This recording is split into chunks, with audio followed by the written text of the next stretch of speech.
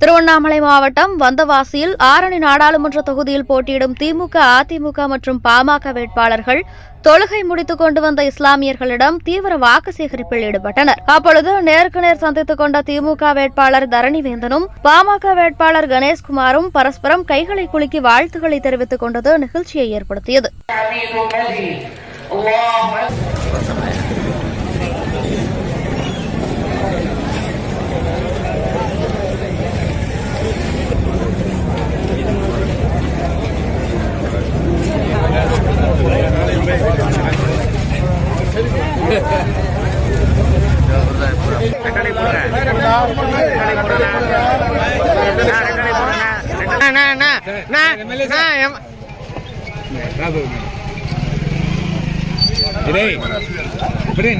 அப்படின்னு இல்லை, அப்படின்னு இல்லை, டென்ஷனாக